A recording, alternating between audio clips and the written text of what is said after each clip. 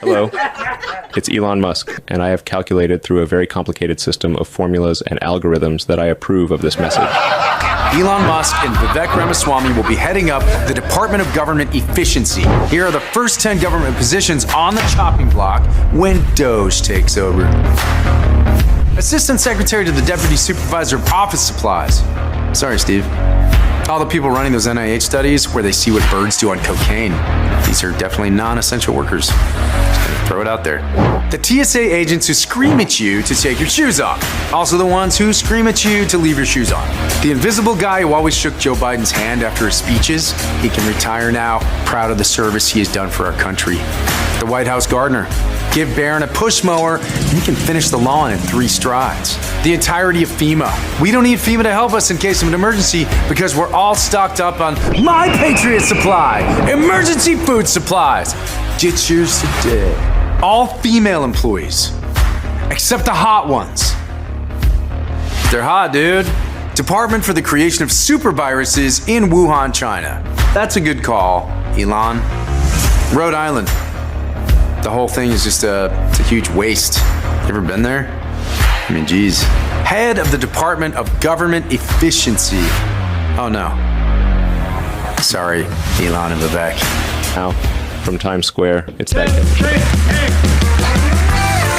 Somewhere in the bowels of the city that never sleeps, Kevin McCullough, radio host with Salem Media, is a man also not sleeping. Syndicated radio talk show host Kevin McCullough. And that guy would like a word with you. Many of you know him as Nostradamus. Of course that Kevin show is going to be great. The only thing that could be greater, of course, would be that Donald show. We don't have that, so we have that Kevin show. Featuring the music of Dick Tunney and the Dream in Color Orchestra.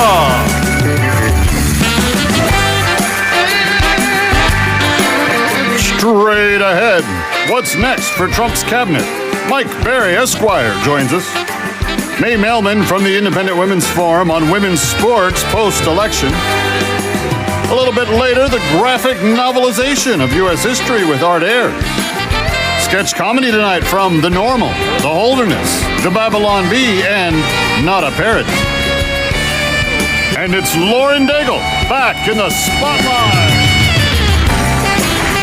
And now, from Times Square, after concluding his top secret assignment to get the Capitol Hill bathrooms reassigned to a person's given sex, how dare he? Here's the cover!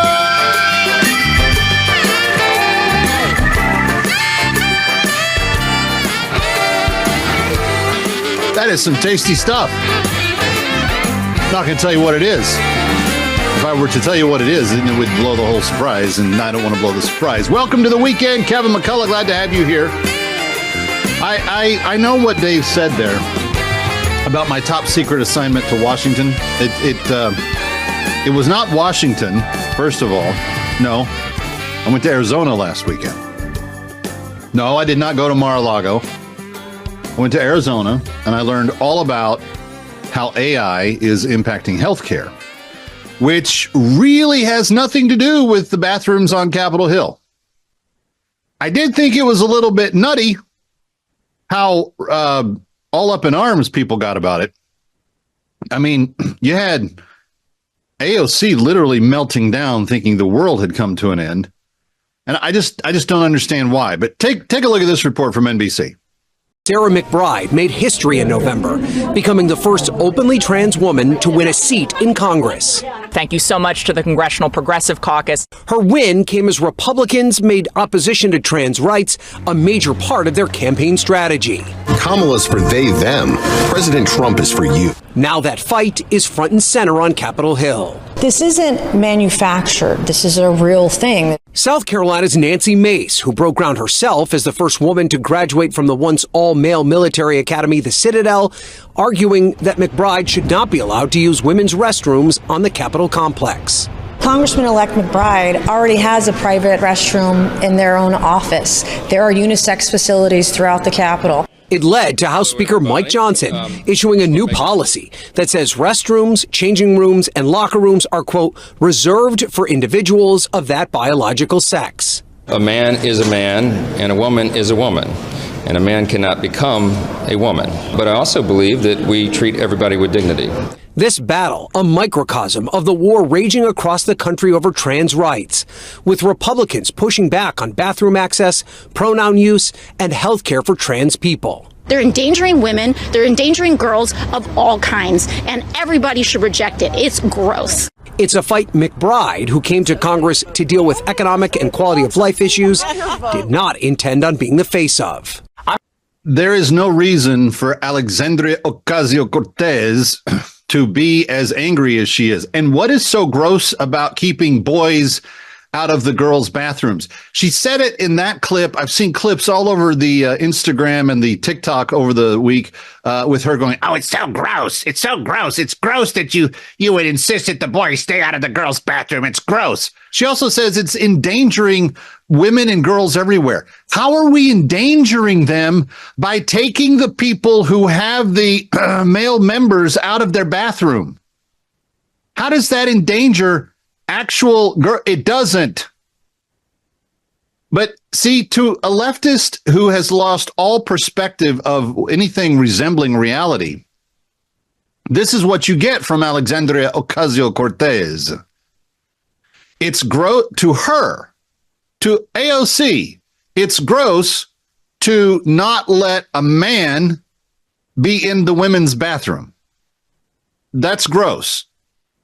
And secondly, she believes it endangers women and girls to not let men into the girls' bathrooms. See, I would point her to the police reports of the people where the men have been in the women's room and bad things have happened.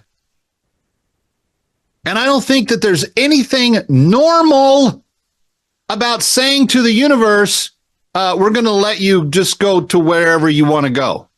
I think what normal is that if you have a biological anatomy that conforms to this shape, you go into this bathroom. And if you have one that conforms to this shape, you go in that bathroom. And that's it. This whole gender identity, what I want to be in my brain because someone told me or brainwashed me or encouraged me to explore or experiment, is not the same moral equivalency of what God gave you at birth. Now, whatever you want to do as a grown-up in your own private space, in your own places, in a bathroom that is a single person user, which everyone has now. I just flew through back and forth from New York to Phoenix last week. Every terminal has men's, women's, and the single stall use, the one shot off. And there's never a line for it because everybody goes in. Most everybody goes into the sex bathroom that they naturally identify with. Most people just do that. But I've used the single user bathroom before, not because I didn't want anybody to not know that I wasn't a man. I like the privacy. That's kind of cool. Boom. I'll use it if it's open or available. But here's the thing. This congressional representative from Delaware that is, doesn't want anybody to make a big deal about the fact that he's a trans woman, except that that's all that he's made a big deal of since the election. You didn't know the name of this congressional representative, except that it was attached to this issue. So the fact that, number one, common sense can just prevail. If you have a male member, go to where the people who have male members go.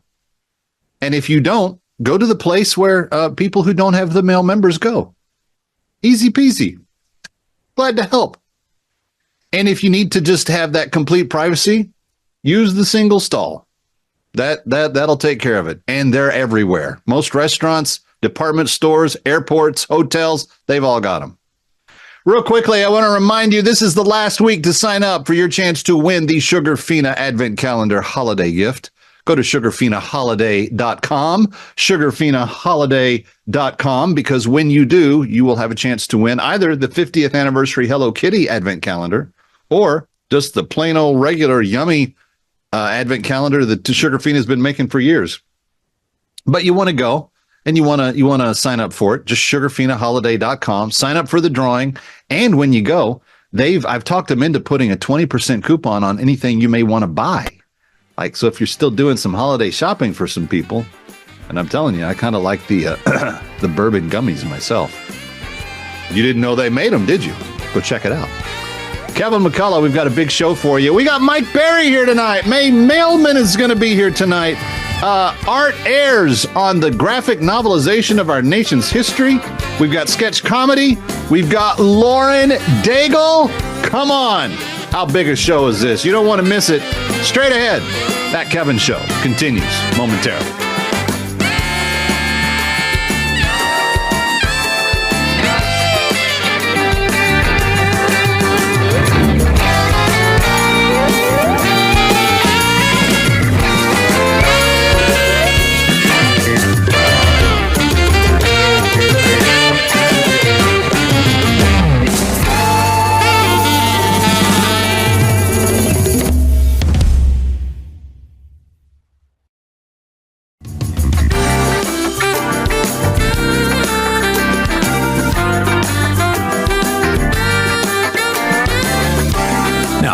To that Kevin Show with Kevin McCullough. Welcome back to Times Square. It's that Kevin Show. Kevin McCullough, glad to have you with us. Obviously, the big conversation over the last couple of weeks has been, what about Trump's cabinet?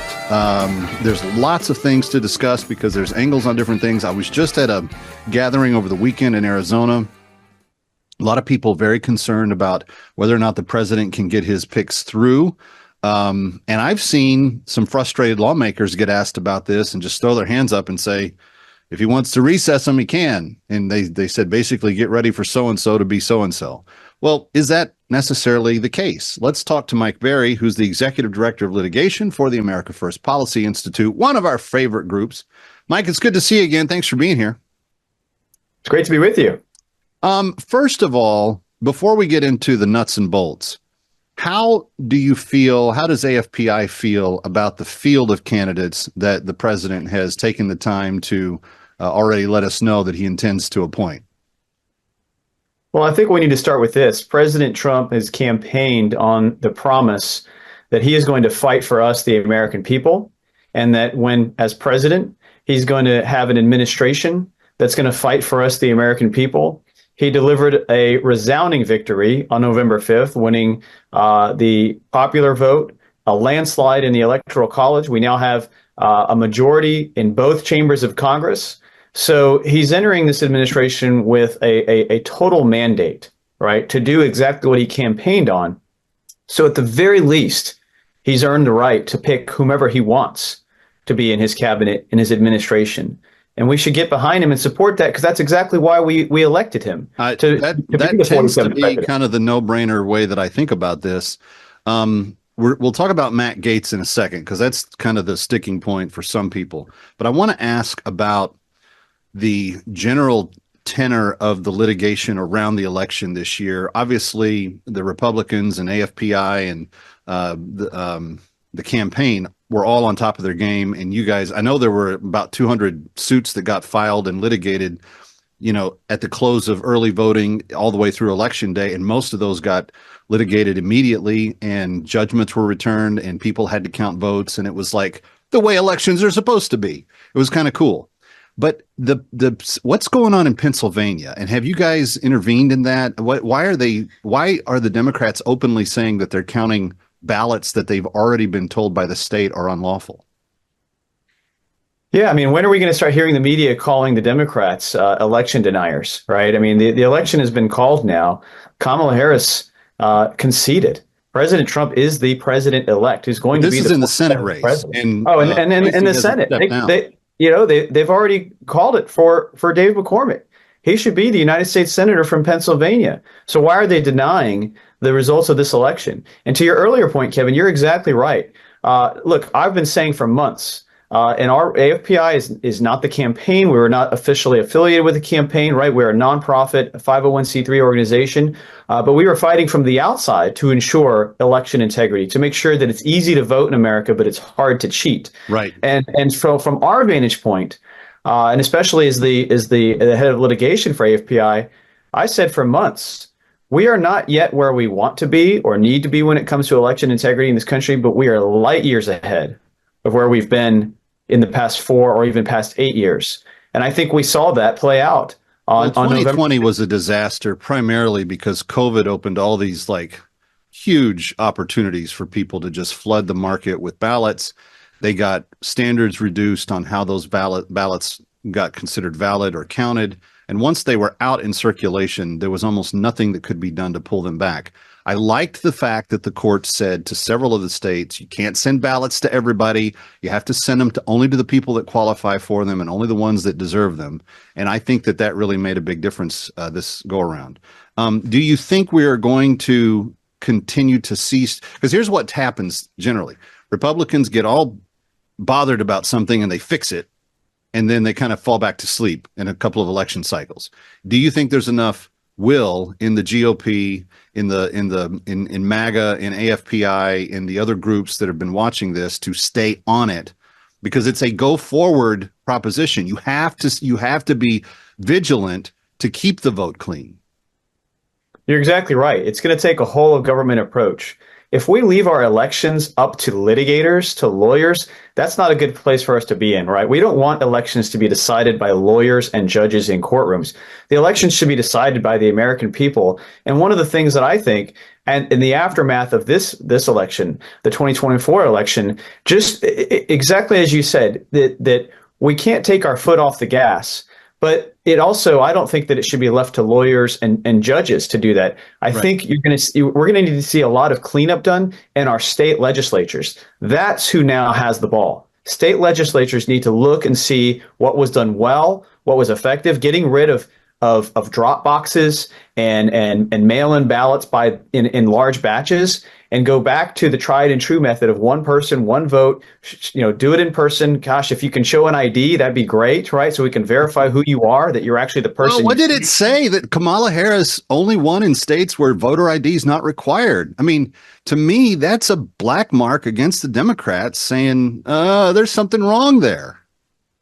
Exactly. So these state legislatures need to do a lot of the cleanup work. The areas where we saw most of the flare-ups. Can U.S. citizens do that, though? Can just average people watching and listening to us say, I'm just going to go down to Trenton in New Jersey and just start, combing the voter rolls and helping them get people off of there, dead people and people that shouldn't be there? I mean, how much of this has to be the government's initiative, or can the citizens spearhead this?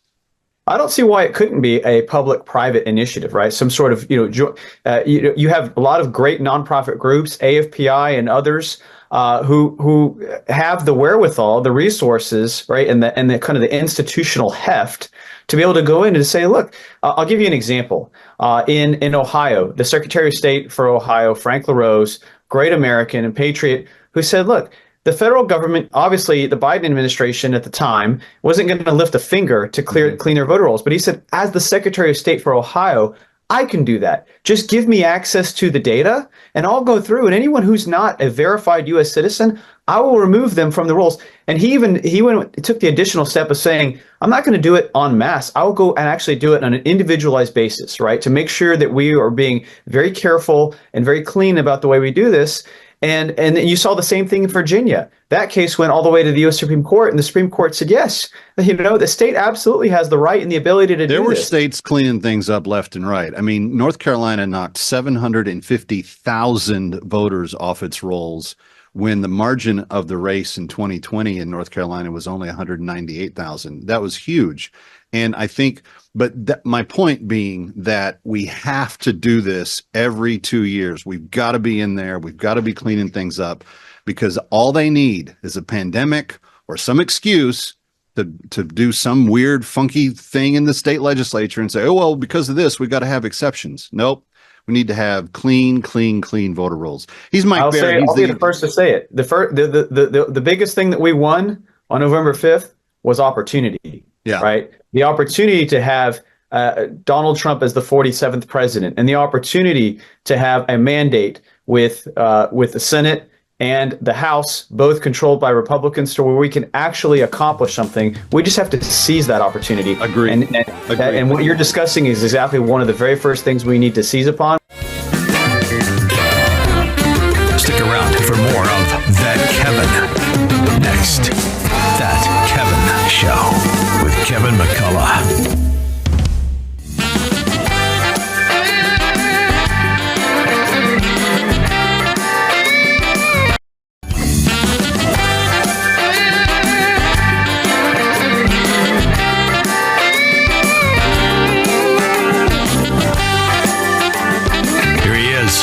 From New York, that Kevin McCullough.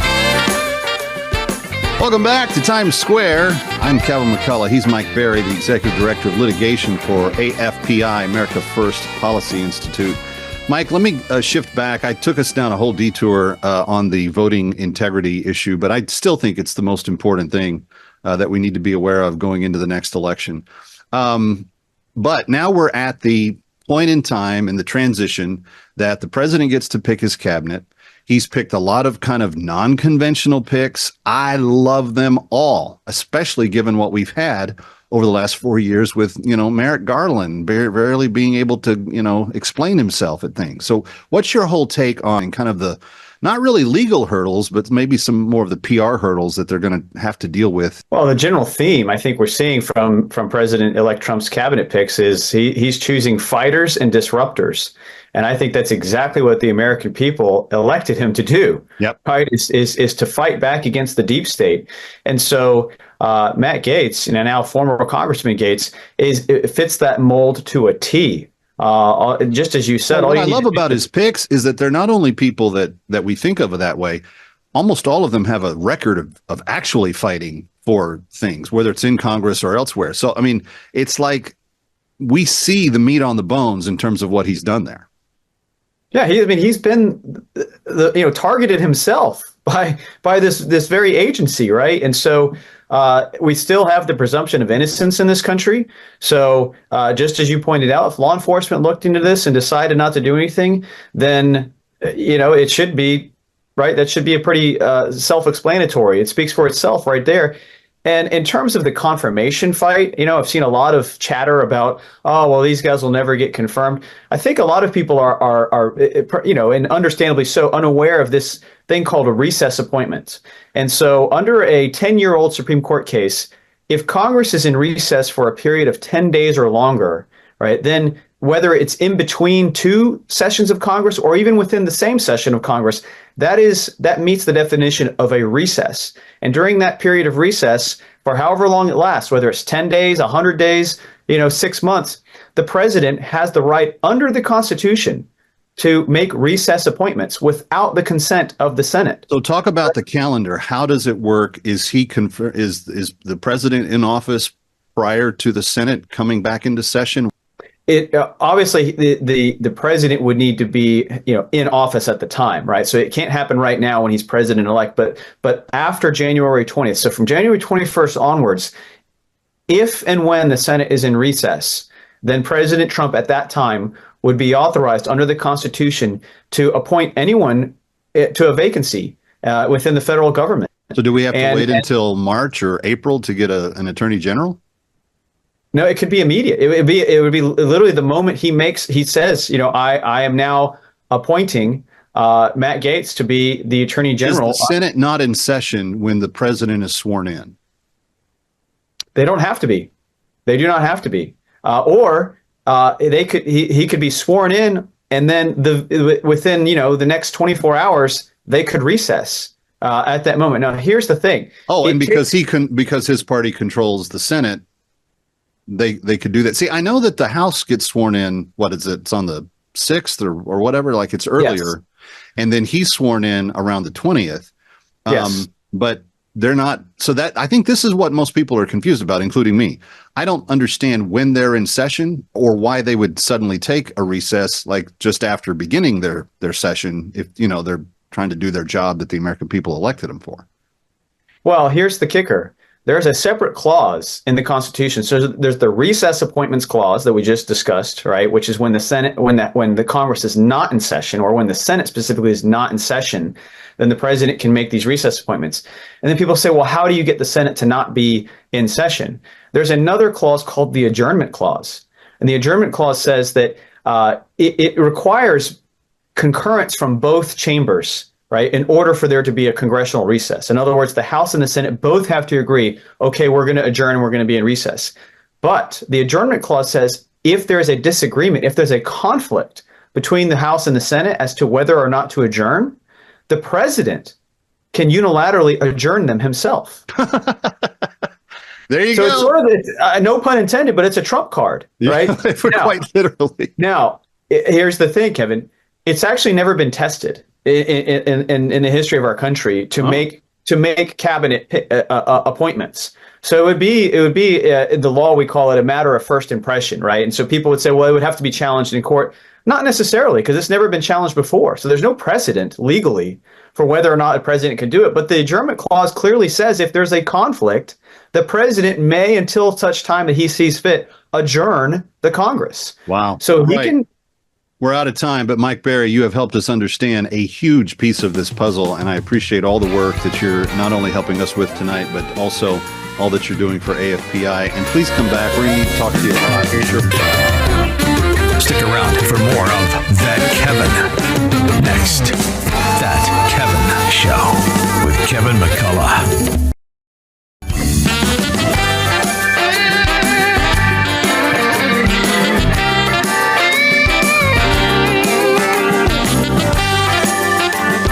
Here he is from New York. That Kevin McCullough.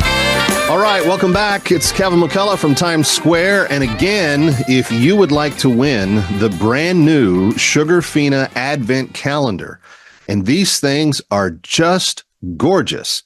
They've got their traditional Advent Calendar, which is stocked full of yummy little Sugarfina candies. And they've got the 50th anniversary Hello Kitty Advent Calendar as well, which is in very rare supply. You can get both of them by going to sugarfinaholiday.com, sugarfinaholiday.com.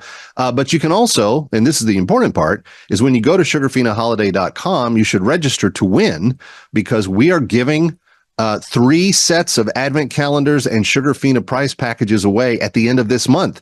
So go to sugarfinaholiday.com and just register. There's 3 different prize packages there that we're giving away. One of them is the Hello Kitty. One of them is the traditional Advent calendar, and there's one that's in between, kind of a hodgepodge collection of yummies. But check all of that out. All right. I want to say thank you, because this week we had someone step up and say, you know what, Kev, every child, every slave that you liberate from CSI this weekend, we're going to match slave for slave. We're going to make sure that that we get as many of these 208 ladies home for Christmas. Our goal is that not a single one of those 208 names of slaves that were on the list at the start of the year are still in slavery by the end of the year. And we have 41 women that we have yet to liberate, which means 167 have been liberated. Thank you. That is very, very, we are very grateful for that. But if you're just joining us and you're saying, Kevin, I'm hearing you talking about slavery, what are you talking about? Well, we're talking about women who were taken as young girls as slaves during the Sudanese Civil War. The world powers came in, U.S. and others came in, and they stopped the Civil War about 15 years ago. They divvied up the land. South Sudan became the youngest country on the planet, but they had not solved the problem of the 185,000 human slaves that the northern Sudanese had taken. CSI, Christian Solidarity International, my partner and I, and you, working together over the last several years, we have liberated 5,000 over the course of the many years that we've been working together with CSI. CSI has seen more than 125,000 of those 185,000 released. That leaves, in our estimation, we believe there's somewhere between 38 and 45,000 slaves left, and some of their children. And we are working diligently each year to bring some home. There are 41 that we have not reached this year. There are 41 that have not been given their ticket out of slavery, and we need to speak for them. What happens if you give the $250 gift to liberate the slave? Well, that $250 gift goes primarily towards supplying what's called the Bag of Hope. The Bag of Hope has everything the former slave will need when they reestablish their life in South Sudan. They go to a recovery camp. They get medical help, psychological help. They get to interact with others who have been in slavery for similar periods of time. Then they get a whole bag of goodies. grain for an entire year's worth of food, seed for another entire year's worth of grain to plant and to grow, fishing utensils, cleaning utensils, cooking utensils, tarps and blankets, all kinds of things that help them create a new life back in their homeland of South Sudan. And then the best part of the Bag of Hope is that they get a she-goat, a little baby running around with them. You can use that to create milk, other goats to sell. It's a micro enterprise kind of job starter for them that gives them the ability to self-sustain. And it's just amazing.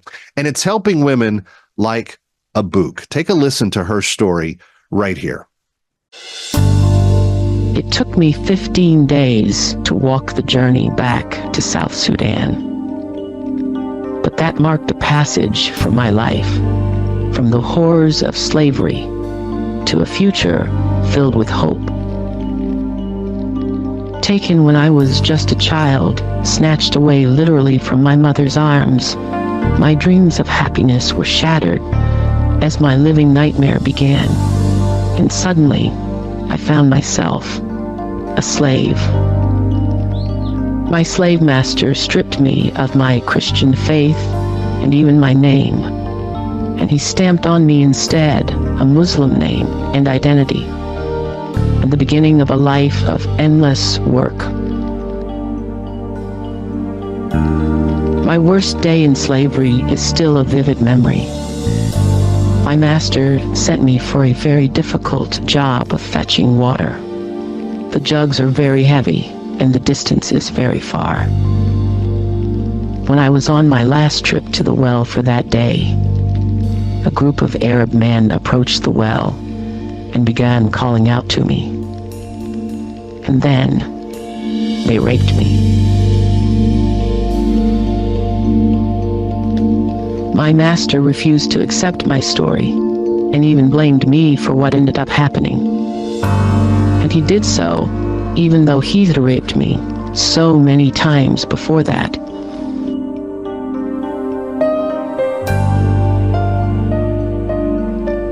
Because I have no idea of my birthday or even hometown. When I arrived to South Sudan, I was very blessed to be able to join a community of 150 other former slaves. And as I am now pregnant with a child that was conceived from my abusers, it's my hope to be a loving and caring mother. I hold no remorse against this child because I am so grateful.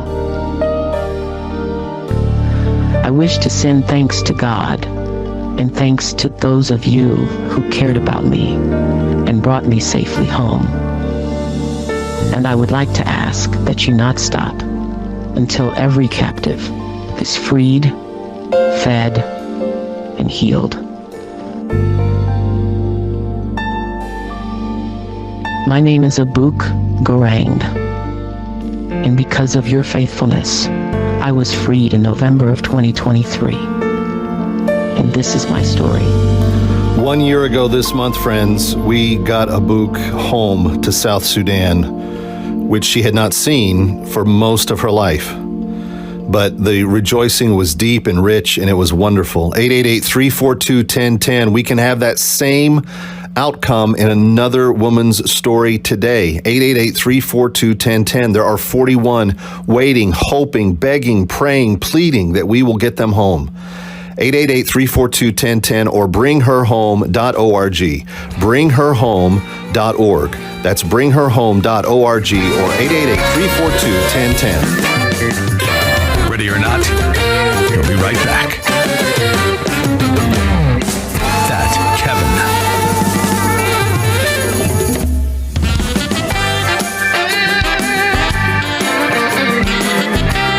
Oh, the Thanksgiving table full of love and connection, and probably lots of different thoughts about this past election. It's gonna get kind of awkward when we're sat down breaking bread. We gotta find something else that we could talk about instead. Good luck with that. What about weather? The weather is always safe.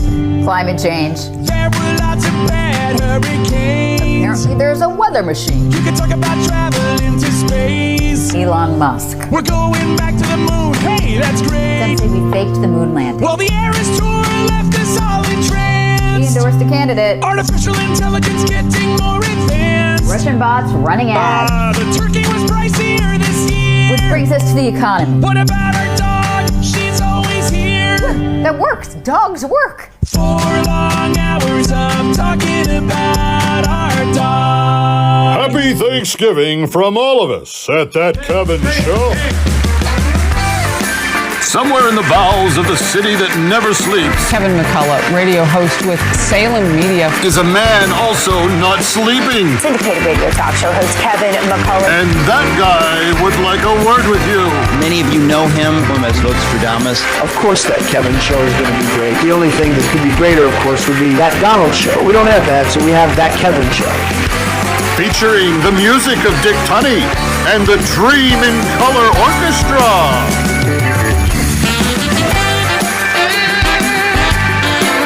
And straight ahead, what's next for Trump's cabinet? Mike Berry, Esquire, weighs in. Women's sports post-election, May Mailman is here. The graphic novelization of U.S. history, Art Aiyrs, joins us. Sketch comedy from the Holderness, not a parody, The Babylon Bee, and The Normal. And from the new major motion picture Bonhoeffer, it's Lauren Daigle in the spotlight. And now, from Times Square, a man who had to fight off pizza rats for an audience with His Honor, the Mayor. Here's the Not true, Dave. I'm tired of you misrepresenting everything. Like every week, you misrepresent something. I did get to see the Mayor, and I didn't have to fight off pizza rats for it. I just was nice to my friend Christine Nicholas, who invited me to the Broadway Association meeting, and that's where the Mayor was, and I got to say hi to him. I've actually been with him in the studio before. Now, he did seem to get a little bit upset, if you'll notice in the second picture there, that I started pointing my finger at him. I don't know why. I don't even know what I was saying. But he didn't seem to appreciate that much. But other than that, it was a charming meeting. All right, time to get to the news. Here we go. Let's do it.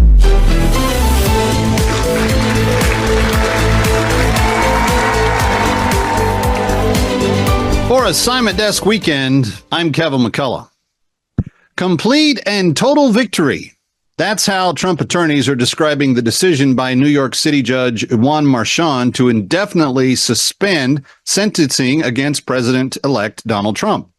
Trump's attorneys arguing that the decision effectively brings to an end the lawfare chapter of the Trump saga in New York City.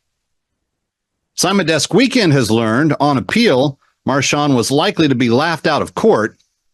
Assignment Desk Weekend has also learned that Marchand only made his decision once Ellen and her wife Portia revoked their invite for him to move in with them in the British countryside. Something about not getting that roach in prison in time was the reason. Pam Bondi has replaced Matt Gaetz as President-elect Trump's nominee for Attorney General. Asked why he was one of the 8 hard no's in the Senate on the Gaetz nomination, if nominated, Mitch McConnell, former Senate leader, was heard saying, which we believe, if interpreted properly, meant if we can him, he'll put the hot blonde up next. McConnell then froze for roughly 3 minutes before saying, yeah. A popular anxiety-reducing drug has been recalled nationwide. This for unreported dangers. Assignment Desk Weekend has learned that the makers of a drug called clonazepam responded by saying, hey, if sleep sends someone to eternity, haven't we reduced their anxiety? The stockholders were not pleased. Taylor Swift, after breaking every tour record ever set in pop music, has been spotted on her new private island that she purchased for the low price just recently of only $17.75 million. No word just yet on why the island was so affordably priced. We did put Assignment Desk Weekend on the case, and some critics do believe that the branding upgrade was key. See, once it became the possession of Taylor Swift, Taylortopia is a distinct step up from its previous brand, Epsteinistan. And finally, the highest paid quarterback in the NFL has made a remarkable admission. He has shed tears over the rough season his Dallas Cowboys are enduring. Of course, his $240 million consolation prize does seem to help just a bit. The same can't be said for the Dallas fans, the owners, the watching world, the universe. For Assignment Desk Weekend, I'm Kevin McCullough.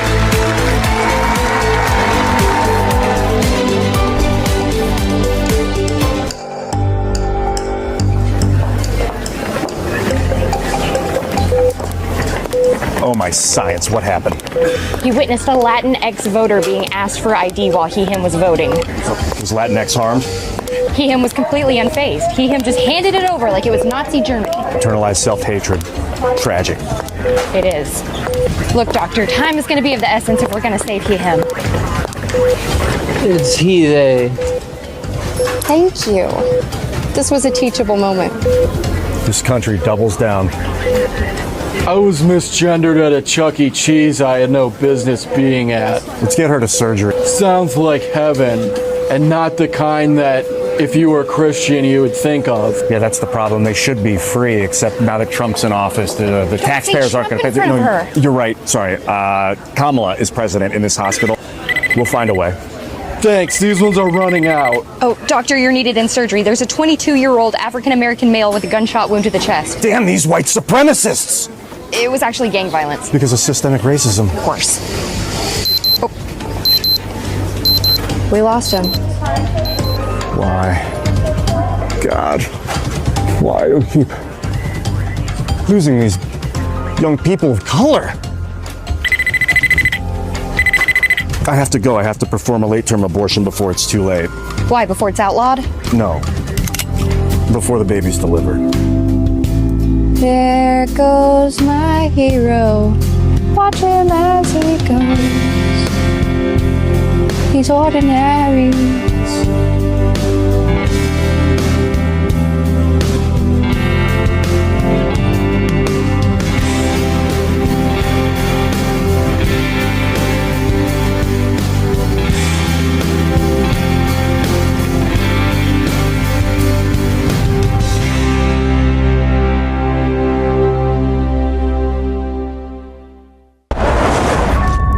Something's coming. Something unstoppable. Look around you, my friend. How much light do you see? Hello, darkness, my old friend. I've come to talk with you again. Because the visions of me left its scenes when I was sleeping. Hate comes in every color. And the vision that was planted in my brain still remains within the sun. We have devised a plot to assassinate the Führer. You will go to England as our spy. Churchill sees Germany as a home. He's afraid that a bomb traced to England would mean invasion or worse. Invasion. Invasion. My country was invaded from within. And the people bowed in praise to the neon god they and the sign lashed out of his warning, and the words that it was forming, and the sign said the words on the prophets are written on the subway walls, and 10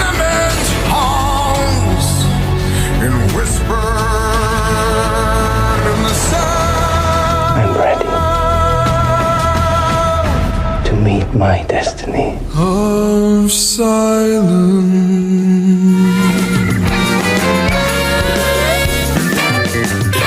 Ready or not, we'll be right back.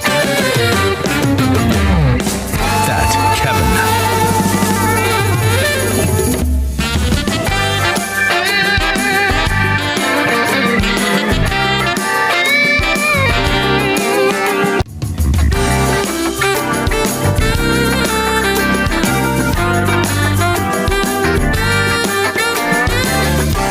Now, back to that Kevin Show with Kevin McCullough.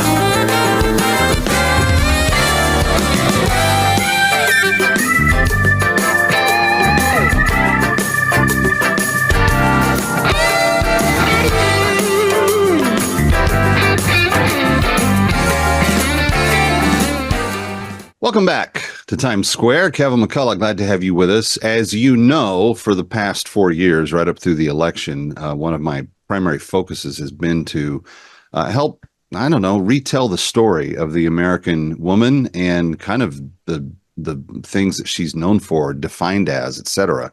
The media paints such a one-sided picture. And that didn't stop with Trump's win. Strangely, if you've looked on social media, Instagram in particular, TikTok a little bit, but mostly Instagram, and if you follow different news feeds, you have seen that since the election, something that they're now trying to say isn't an overwhelming mandate, wasn't a big blowout. It absolutely was all those things. But since that election, you have had mainstream voices come back hard and heavy on some of the themes that they didn't want to face during the election itself. Here to discuss is May Mailman of the Independent Women's Law Center, and she's doing a great job in kind of championing a whole staff of people that are going after these issues. May, it's been fun to get to know you over the last couple of months. Thank you for coming back one more time. I think you're joining us from Florida today, so I think this is the third location you've been in since we started talking, and you don't ever seem to have any grass growing under your feet. I just like to rack up my airline miles, That's it. Well, hopefully they'll be put to good use at some point in time for your family. Let's talk about this. This week you had a range of things being discussed. You had Congresswoman Nancy Mace put forward a resolution that said that the Capitol bathrooms should be used by men's rooms should be used by men and women's rooms should be used by women. This is a little bit of a hot point because evidently there is an elected official to Congress who identifies as the first trans person to be elected, and it is a man who is identifying as a woman.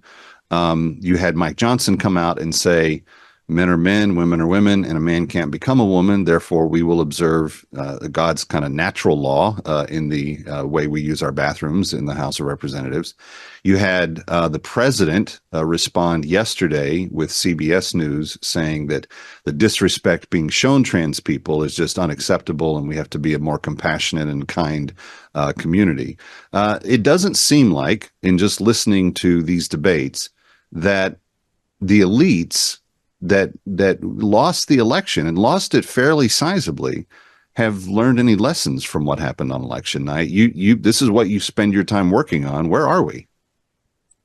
Yeah, this is what I predicted, is that there was going to be a blip of self-reflection, which is that Democrats don't share the values of Western civilization, really, but also of the American public.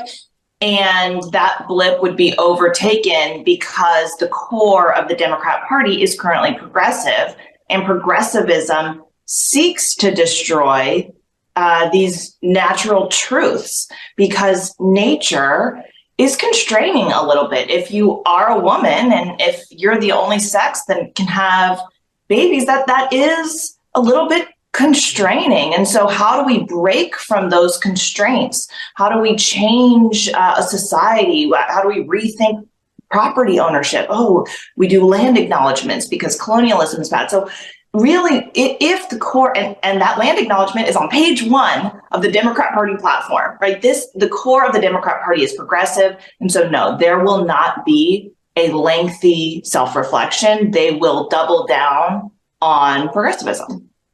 Well, and that invades every aspect of policy, and specifically how it impacts the debate about sex. And I've been probably a little too crass about this, but on some of the debates that I've gotten into, I'm like, guys, it's real simple. Biology dictates. Penises belong in the room where the penis is, and the ones that are banned don't belong in the room where they're banned. Like, it's just, I'm sorry to be as direct as that, but it is like we cannot have a basic biological discussion and it be acceptable to the people that want to be in charge of everything. And May, I don't know how society survives if you must deny reality to exist. Like, how does that form the natural function of family? How do you have, a policy that impacts, people equally across the board if you don't understand that their equality stems largely from their distinctions? Like, this is the stuff that is very frustrating to me as the father of a daughter. And I don't have a college-age daughter. I don't have a daughter who's been whacked in the face by a volleyball coming at 120 miles an hour to her head. But I can tell you that if I was in that situation, I would be even more animated than I've been. Yeah. So, well, it hasn't really been tried, right, to have a society that just completely rejects nature. Western civilization was about learning the truth. What is the nature, and go and, trying to discover truth. And now I think progressivism wants to recreate society to deny truth. So this is an experiment. But I will say, with bathrooms specifically, I think for a very long time, women were uncomfortable with men in their bathrooms, but we were willing to put our discomfort aside because we wanted to be nice. We don't want to make waves. And at the end of the day, it's like, can I survive this? Yeah, like there will be some instances where women don't, but like in general, I can survive this. So I'll just discomfort myself. But the problem with that, which we have discovered, is that what it required us to do is accept that that person was a woman. And once you accept that a man is a woman, all of a sudden they're taking women's trophies. They're in women's locker rooms. They're in women's prisons. They're in women's ICE shelters. Like, once you accept that a man is a woman, they're in women's sororities. They're in the Daughters of the American Revolution. They're in the Girl Scouts. Like, it became too much. And so it's like, listen, yes, I am willing to make myself a little bit uncomfortable for the sake of not making waves, but I've seen what you've done with my compassion. I've seen what you've done with my empathy.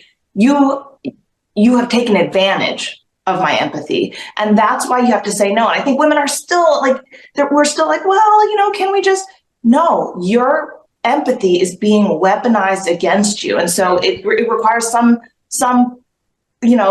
discomfort to say, no, I'm not okay with this. And this makes my blood boil because as a fierce defender of strong manhood, like, we should not be the sex that is foisting that upon you. Like, you shouldn't have to say, yes, I'll be I'll be out of my comfort zone a little bit to make that person feel better. I mean, your natural compassion and empathy make you great mothers. That is why God even created your body to be able to nurture a baby and to do those types of things. There is so much wrong about you having to say, well, I'll be personally discomforted here just to go along and get along. We men should not be allowing or pushing that onto you in the culture. So I can't apologize for my entire sex, but it's just so wrong. And as a guy who loves his wife and loves his daughter, this is not going to stand, not on my watch. We're talking with May Mailman, who directs the Independent Women's Law Center. And when we come back, she's written a piece for Fox News that delves into this. What is the solution for day one? What should Donald Trump do? We'll ask her that next as we continue here with Kevin McCullough.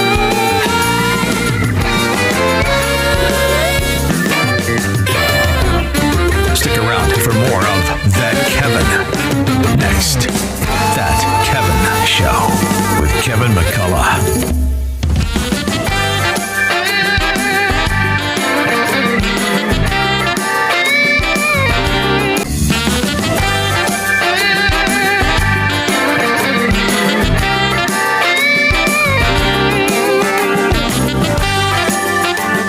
Here he is from New York.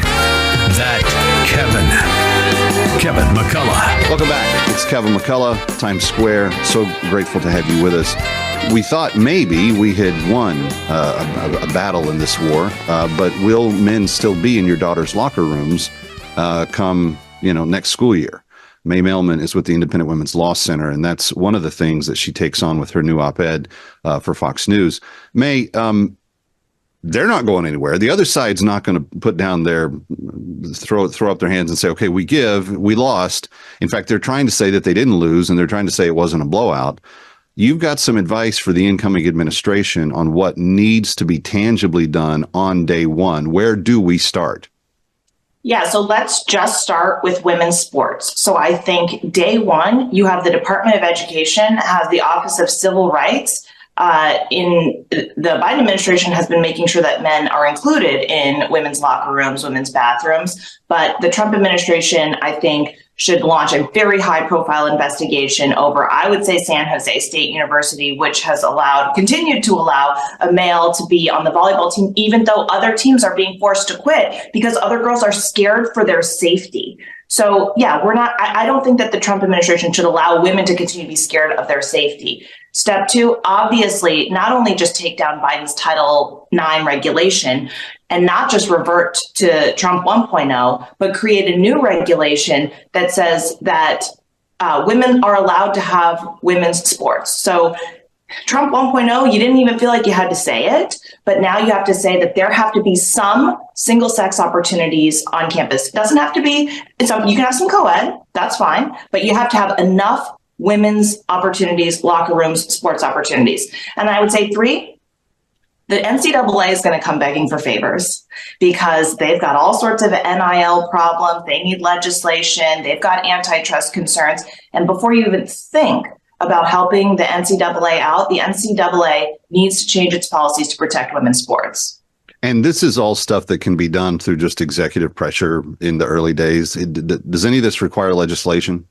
No, none of this would require legislation. But I would say if you wanted to, President Trump has also said that he wants to define male and female in federal law. And I know that there are already bills introduced to this effect.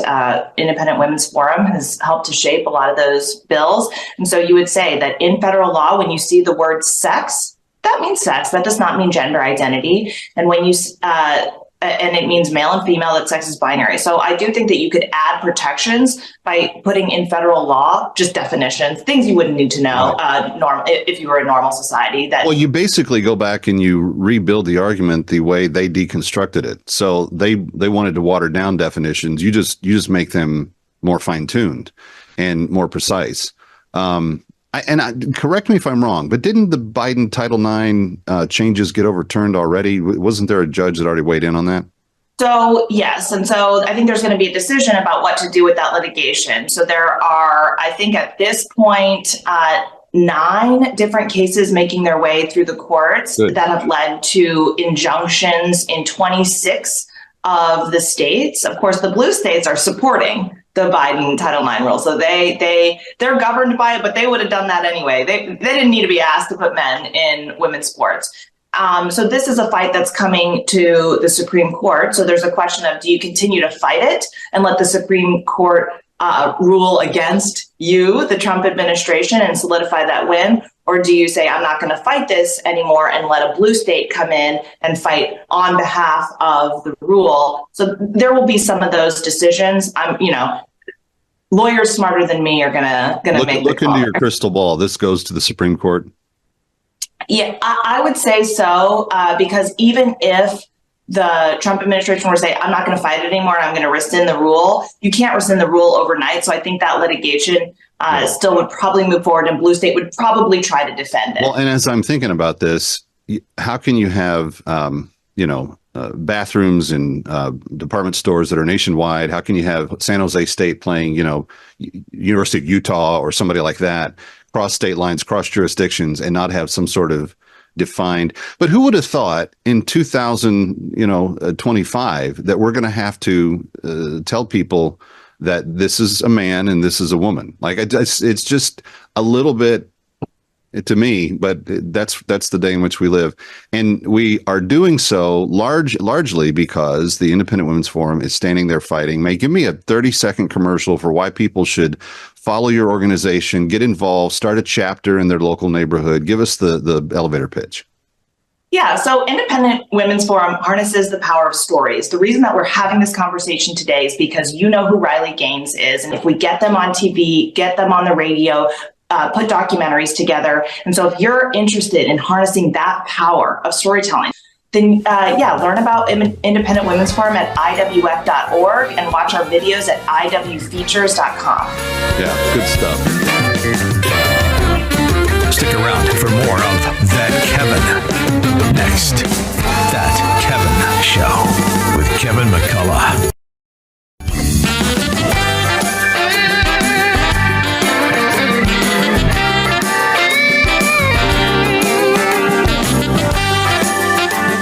Here he is from New York. That Kevin McCullough. Welcome back to Times Square. It's That Kevin Show every weekend. I'm glad to have you with us. I got the most interesting thing in the mail just a couple of weeks ago.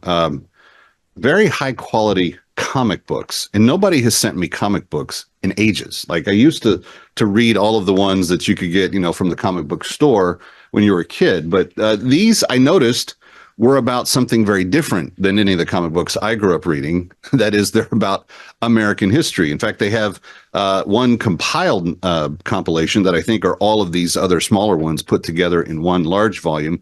And then there's a separate one even on the U.S. Constitution. Now, where did all of these things come from? I didn't know. Somebody just sent them to me.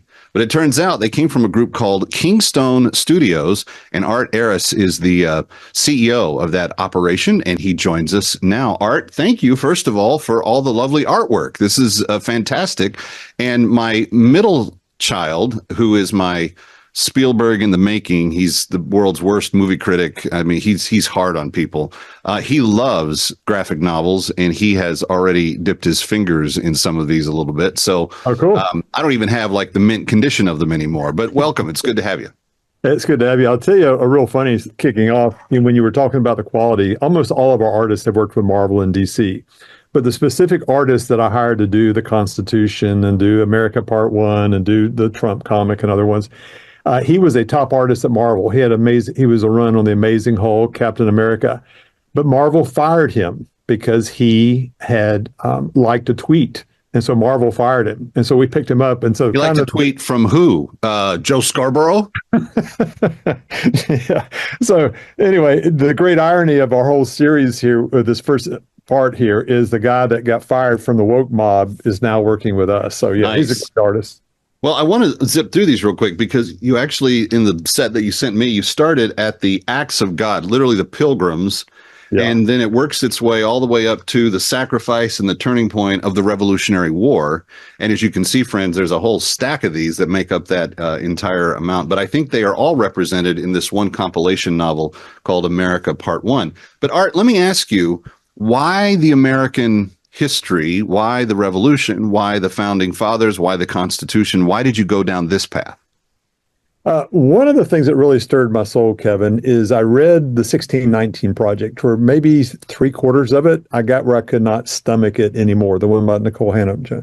I said, I just cannot, it was just a complete revision of really what accurate American history was. And I used to be a public school teacher years ago. Oh, wow. And my mother had a doctorate in education, and I realized it was not intellectually honest what was being said. And so we do comics and animation and movies, but our primary imprint was Kingstone Comics. We're best known for the Kingstone Bible. We did the most complete graphic adaptation of the Bible that's ever been done. It's like 2,000 pages, 10,000 panels, and it's kind of a key product in our company. But as we began kind of going down our very leftward turn in our country, I approached the board and I said, I really think we need to start a new company, a new imprint called U.S. Comics. And after we did it, Laura Trump got our products and really liked them. And she said, she asked her friend, would they do a special edition for President Trump? Which we did. And I've got my own copy right here. I was going to get to this, but and it's dated 2024, but this came out well before the election. So you don't have that chapter included here yet. Is there going to be an update to this? That is a great thing. There was a guy that did a piece on us last week. I read, he called it the Trump Cinematic Universe. So we'll see what happens. But we we really, we're a little company. We said, hey, we got to do our part in the election. We just wanted to throw everything except the kitchen sink at it. And so we did the election. We thought that he might win. We hoped that he would win. But, there's a lot of collectible election stuff, Kevin, I like Ike buttons and JFK stuff. We think that this is going to be a collector's edition because it was a very memorable election. But we wanted to honor him. He's a very patriotic man. And so we did a comic book in honor of President Trump. So being with the background of being the school teacher, particularly history, and understanding kind of the woke mess that the schools have been dealing with for the last couple of years, what do you think is the real advantage for moms and dads watching, maybe grandparents?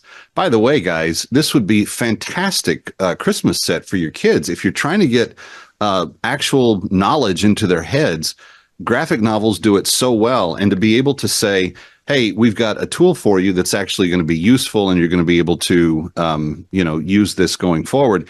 I mean, I would like to see this type of stuff get into people's hands, broadly. What is the advantage for grandparents and parents that are watching us, listening to us, and putting this in their kids' hands? A great question. Number one, struggling readers love comics and graphic novels. There's a big retention factor, something called the dual code theory of cognition. We text in one area of our brain, images in one area, but when you marry them together, there's a lot more retention. The other thing is a lot of people can make sense of the text a lot more when you have the interweaving of the panels and the graphics, and even really helps, people with reading. But the other thing is that reader engagement. We had one of our customers posted the other day. He said, I'm 72, I'm college educated, and now I understand the U.S. Constitution. Have you had historians look at these stories? Are you confident that you're getting it at 99.99%? I think we're getting it at 99.99%. Our writer, he was a writer for college, but also William Federer from the American Minute is also the executive editor, and he is one of the most accurate historians on the face of the planet. And he's, Charlie Kirk uses him with Turning Point and other places. Yeah. So he's also our executive editor, and I had him approve everything that went in there. So start with the Pilgrims, friends. Go all the way through the founding of America. Take care of the formation of the U.S. Constitution. And when you're done, don't forget the Trump 2024 special edition. And my advice would be get 2 copies of each and then put one in the plastic bag. Yes. Seal it up nice and tight. Do you have people doing that, Art? Are people collecting them in that all fashion? the time? Listen, it's going. The Trump comic is going. Now the biggest thing we sell all the time is the Keystone Bible. It's by far our biggest seller. Right. But yesterday, when I looked on our Amazon sales, Amazon ordered 1,200 of the Trump comic books. Nice. Well, now they're going to order some more because my people are going to go nuts for them. So, friends, you can obviously get them on Amazon. Is there a better place that you prefer them to purchase them? Anywhere they want to. KingstoneComics.com, USComics.com, Amazon, Mardell, Christian Book, anywhere. All right. Good to know. Hey, Art Aiyrs, thank you for what you're doing to help our children. Thank you for caring enough to step forward in faith and create U.S. Comics. And thanks for being with us. Kevin, great to be with you, man. Take care. Kevin McCullough coming right back from Times Square. Don't go away. Stick around for more of That Kevin. Next, That Kevin Show with Kevin McCullough.